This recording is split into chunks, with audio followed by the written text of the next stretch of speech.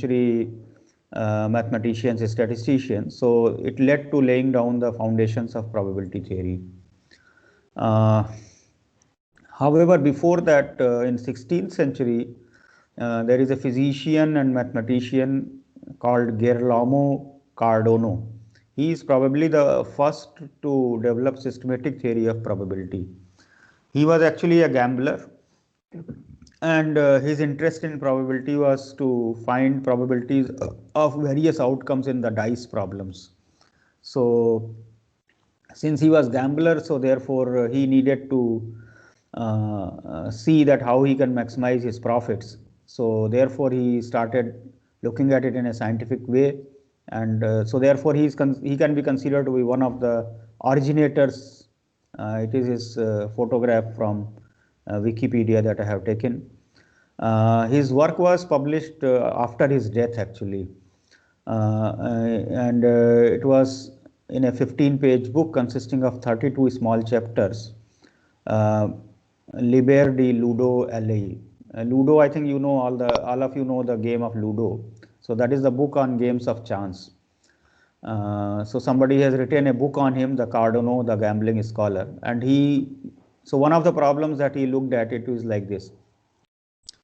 How many throws of a fair die do we need in order to have an even chance of at least 1/6? So even chance means the probability is at least half.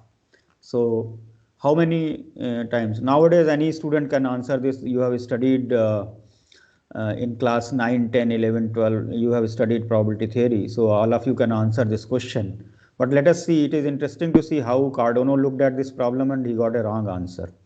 So actually Cardano gave an wrong reasoning and he got actually the answer as 3. But now you know what is the correct answer. So let us look at it. That if A is the event that a 6 is appears in one throw of a die, then the probability is 1/6. Of course, assuming the dice to have all the 6 faces equally likely.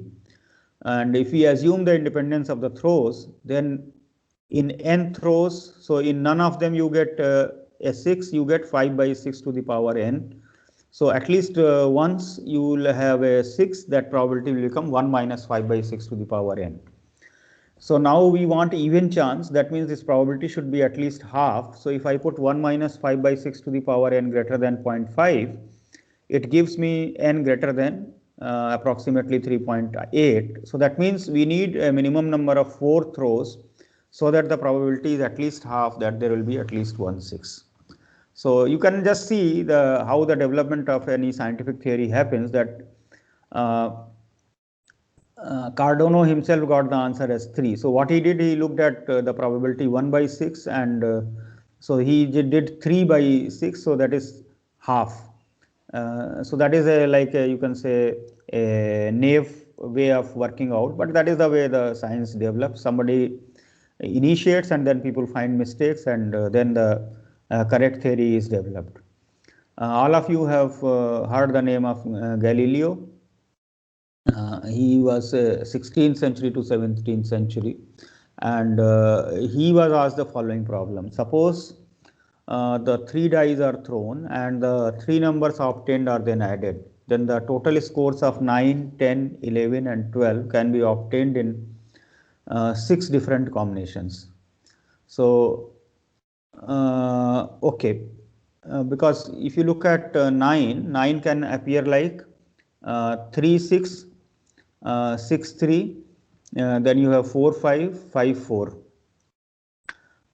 Similarly, you can look at 10 and then you can get 11 and then you can get 12. However, the probability of 10 or 11 is more than the probability of 9 or 12. So why is it so? So the following reasoning was given.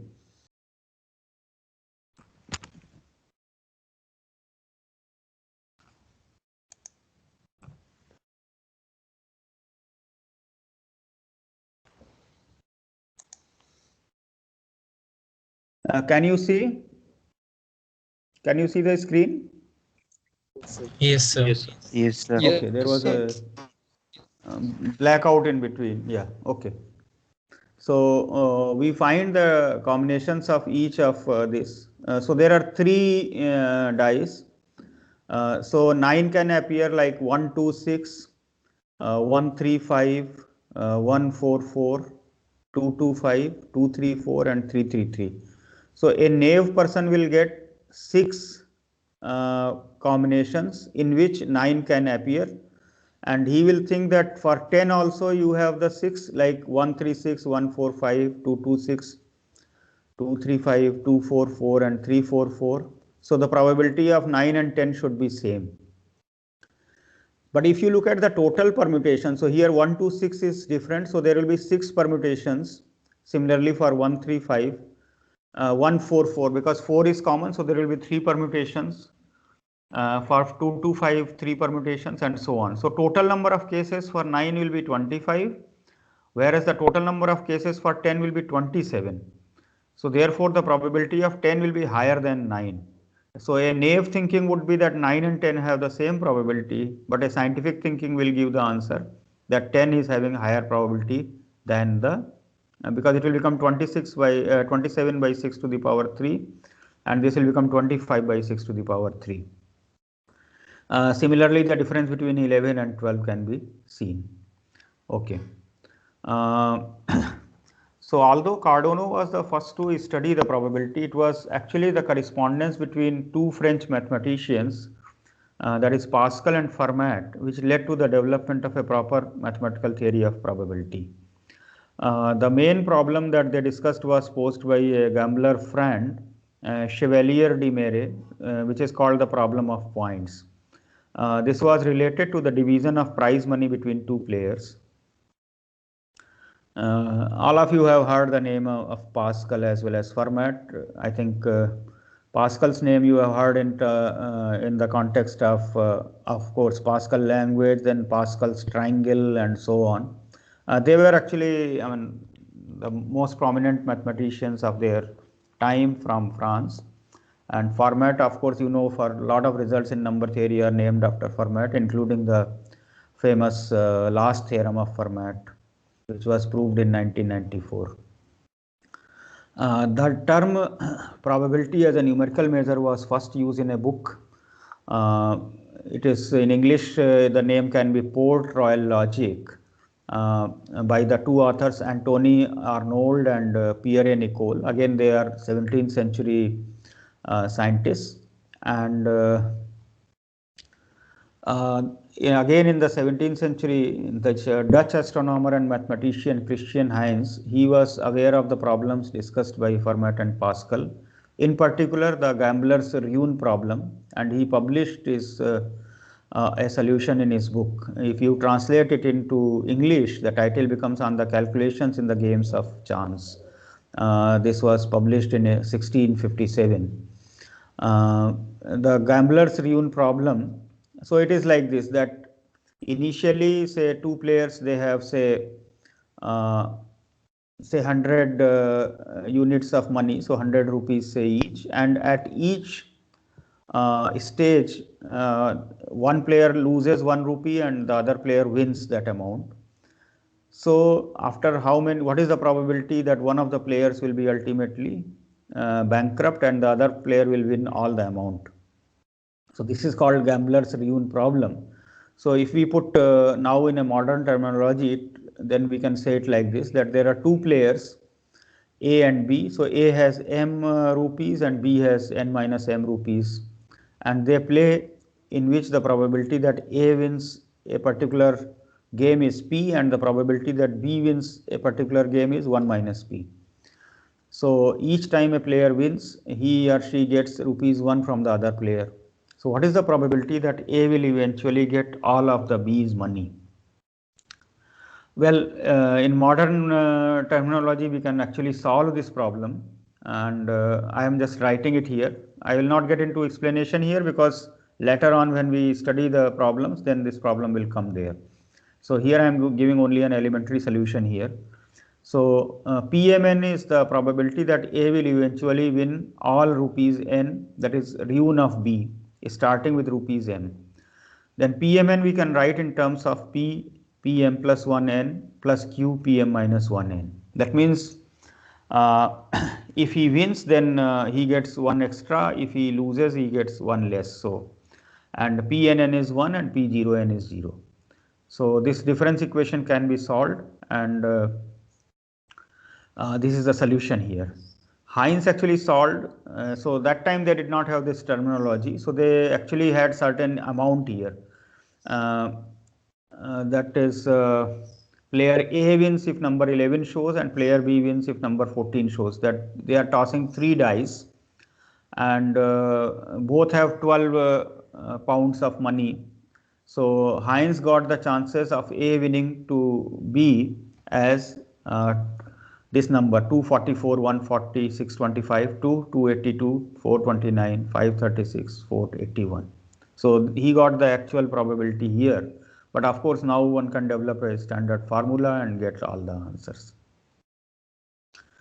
All of you know the name of Newton, one of the most prominent scientists of 17th and 18th century. And he was posed with a problem that A asserts that he will throw at least 1 6 with 6 dice, and B asserts that he will throw at least 2 6s by throwing 12 dice. And similarly, C asserts that he will throw 3 6s by throwing 18 dice. Then which of the three stands the best chance of carrying out his promise? So one can calculate this again using the modern mathematical terminology, that if x is the number of 6s when n balanced dice are thrown independently, then x follows binomial n 1 by 6. Because in each throw of 1 dice, the probabilities of a 6 is 1 by 6, and if there are n dice, then it will become binomial n. So in the first case, you have 6 dice, so it is binomial 6 1 by 6. So what is the probability of getting at least 1? So that is 1 minus probability x equal to 0, that is 1 minus 5 by 6 to the power 6, that is 0.665. For B, it will be, because there are 12, so binomial 12 1 by 6. So what is the probability of getting at least 2? So that is probability x greater than or equal to 2. So that is 1 minus probability x equal to 0 minus probability x equal to 1. So we can calculate it, and it is 0.619. So you can see it has reduced actually. The previous one was 0.665, the second one is 0.619. And let us look at the third one. There are 18, so it is binomial 18 1 by 6. So what is the probability x greater than or equal to 3? And it turns out to be 0.597. So A is more likely to carry out his promise than B. B is more likely to carry out his promise than C. I have used the modern terminology, and I got the answers in a very quick way. But those days, since this terminology was not known, so Newton worked very hard and he got similar answer, but of course with a wrong reasoning he got the answers.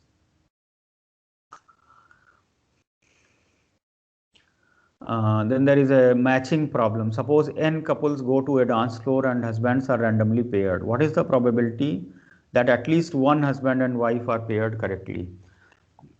So there are a lot of versions of this matching problem. It is called marriage problem, matching problem, Banach-Mack problem, or hat problem, or envelope problem. So there are a lot of versions of this, and I have posed it in a simplest fashion in which it was initially told.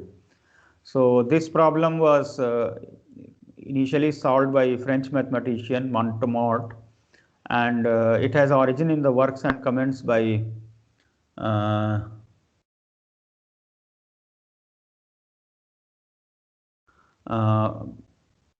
somebody is what is that? Somebody is doing something here. Hello? Yeah. Please do not press any buttons while we are doing, because it comes on my screen. So John Bernoulli, Jacob Bernoulli, and Nicholas Bernoulli. So these are they are members of the Bernoulli family, and all of them were scientists. There were actually 12 of them. I have mentioned here only 3. John Bernoulli and Jacob Bernoulli, they were brothers, and Nicholas Bernoulli was one of the nephew. And they solved the problem in the following way. So if A is the event that at least one pair is correctly matched, then we can write A as the B1 union B2 union Bn, where Bi is the event that ith pair is correctly matched. If we apply the addition rule, then probability of A is probability of union Bi, that is sigma of probability of Bi. So I will explain this formula later on when I am teaching in the tomorrow's or next class. So I will be telling this thing there. So this solution turns out to be 1 minus 1 by 2 factorial plus 1 by 3 factorial and so on. And as n tends to infinity, this is approximately 1 minus 1 by e, that is 0.63. So what does it mean? It means that around 63% chance is there that at least one pair will be together. You can also say that there is a 37% chance that no pair will be together if there is a large set of couples. So this is an interesting thing, that this probability actually stabilizes. It is not that if you have more and more number, then the probability will go to 0 or 1. It is not so. Then there is a golden theorem of Jacob Bernoulli in 18th century, early 18th century. The probability of observing an equal number of heads and tails when a fair coin is tossed 2n times is approximately 1 by square root pi n for large n. Let me tell this the significance of this kind of problem. So generally it is observed that if a certain event has two possible outcomes, then generally the people have a tendency to think that if it is done for a long time or a more number of times, then the probability of equality is almost half or something like that. People have a tendency to think like that. However, when the actual calculation was done, it turns out that the probability will become very small for large n. In fact, you can see that even if I take n is equal to something like 16, then this is 1 by 4 square root pi, which is a smaller number. So this probability is actually much smaller. As n becomes large, of course, this will go to 0. With the current terminology, the probability can be calculated very simply. It is 1 by 2 to the power 2n, 2n factorial by n factorial square. So if we use Stirling's approximation formula, then it is approximately 1 by root 2n. So for n is equal to 10, it is 0.1262. And if you increase n to 10,000, it is becoming 0.004 and so on. So the probability becomes very, very small.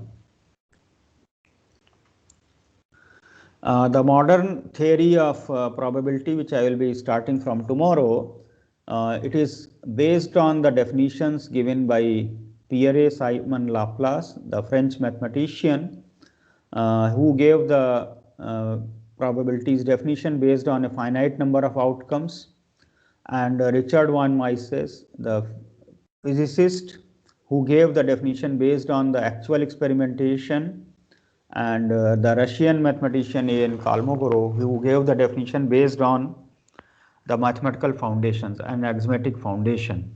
So from tomorrow onwards, I will be talking about the definitions given by these and how to use them. So I will stop today's class at this moment, although it's a 2-hour class, but today I didn't want to cover too many things. Then there is a name Bruno Definity. This is another way of looking at the probability. So it is something like this. I feel that the COVID disease will be terminated in July. So you are assigning a probability 1 by saying that in July the disease will be over. Or you can say, no, I think that by July the probability of reduction of COVID substantially is half. So this is another statement.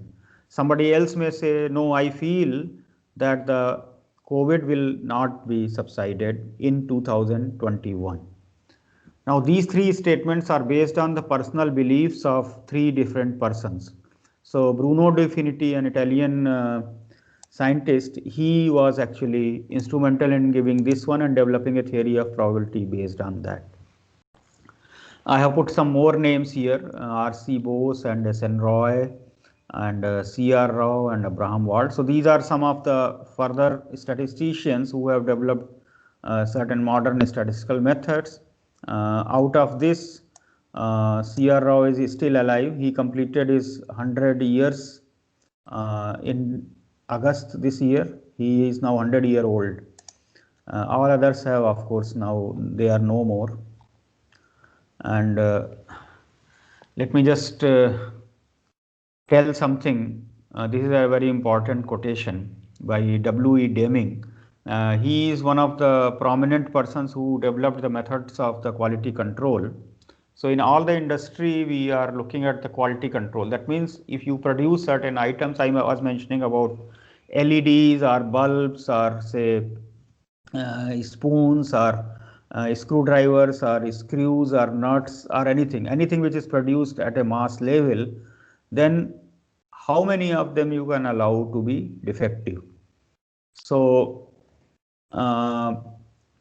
what Deming said that you cannot allow the number of defectives to be more than a certain percentage, because if the number of defective is high, then no matter what scientific development you do, something based on that will not be good. It will actually spoil the thing. So he said that the quality control is a way of life. So this is a very important quotation. It says that we have learned to live in a world of mistakes and defective products as if they were necessary to life. It is time to adopt a new philosophy in America. So he is one of the founders of the quality control methods. Let me just again come down to that when we are having the data, how it is collected to probability or statistical methods. So these are some of the things, because people just study blindly certain methods and they don't know. So there are various methods which are used for drawing conclusions from the data based on objectives. First is the modeling of the distribution. So first aspect is you that look at what is the distribution model which will correctly describe the given data. It is done using histograms, frequency curves, cumulative frequency curves, etc. In your schools, you have studied it in class 9, 10, 11, 12, etc., where you have done graphs. So from there so I have just put some graph here. You can see here. So if we say draw a continuous curve, then I will get something like this. Okay. So then we look at which statistical distribution fits this one.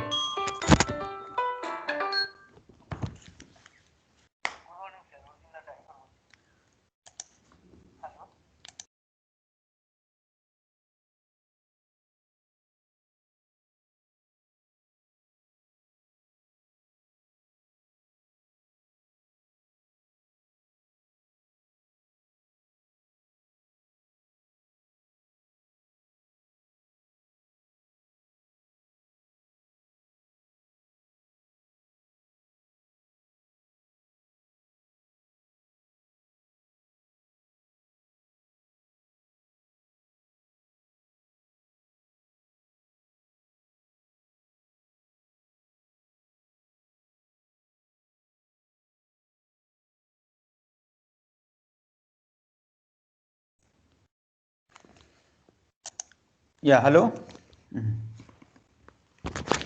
Yeah, you can hear me? Yes, sir. Yes, sir. Yes. Yes, sir. You are audible. Can you hear me? Yes, sir, you are audible.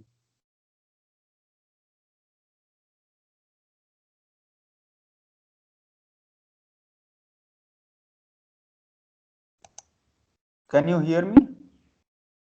Yes, sir. Yes, sir.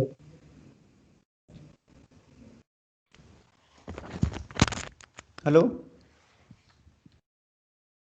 You can hear me, no? Yes. Yes, sir. Yes, sir. We can hear you. Okay, fine. So let me just complete this lecture here. I mean, I will just come to. So, so here you can see that the distribution is slightly varying the normal. So there is another one I have just drawn it here. This is just for example. Later on, when you do the distributions, then you will know the shapes of each of them. This suggests a uniform distribution. Here we have 4 different histograms. The first one represents a positively skewed distribution. That means in the beginning you have a heavy load here and then it goes down. The frequency is higher in the lower side. In this one you can see that the load is distributed almost equal towards the ends, and in the middle there is a height. This is a different one. In the sides there is a higher load and in the middle there is a less, and this is a negatively skewed. I will be talking about these things later on just to show the examples here. Then we also have a relationship between the 2 data sets. For example, what is the relation between expenditure on safety and number of accidents in mines? What is the relation between rate of interest and rate of inflation? What is the expenditure relation between expenditure on girls' education and infant mortality or mother mortality rate, etc. So we fit the relationship between X and Y values. This is called regression analysis or regression methods. So when we talk about data analysis, machine learning and all, then these are all primary terminology there, regression analysis there. So for example, this is another one where we have a second degree curve as a relation between X and Y values. There are different models which are used here: simple linear regression model, polynomial regression model, logarithmic model, exponential model, etc. If there are more than 2 variables, then we have multiple regression models which may be linear or non-linear. We also use logistic regression, indicator variables, ridge regression models, etc. We also do the residual analysis, and we use the methods of multicollinearity, heteroscedasticity, stepwise regression, autocorrelated variables, etc. When the data is observed over time, we have to use time series models. Okay. So I will close today's presentation at this point, and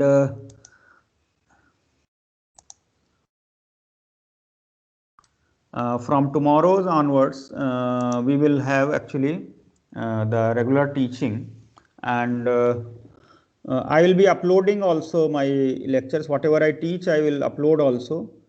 So you have to be very clear about this, that you are following the full thing. That means you don't leave out whatever I am teaching. Next thing is also about the regular assignments. Almost every week we will give assignments also. For every week, whatever we teach, we will give some assignments. Of course, the first week I will not give any assignments. But from the next week onwards, we will give assignments in every week, and you need to solve all those problems. Regarding the method of evaluation, we will tell you how we will be doing the method of evaluation. That means we will be conducting certain tests, and also we will have some other evaluations also. But that we will tell you later on. You need to concentrate on solving the problems. I have given you yesterday the list of books to all of you. So you please look at those books. Some of those books are available online and some of them may be offline. So you may have at least one book each of you, because reading of the books and solving problems from there gives a different flavor. And of course, you can also look at the online lectures which are there in my this one, that is NPTEL lectures that I have given on probability and statistics. So there also you can see a lot of assignments are there. Okay. So I think today I will not take much time. I will stop my class at this point of time. Okay. Sir, I had a doubt.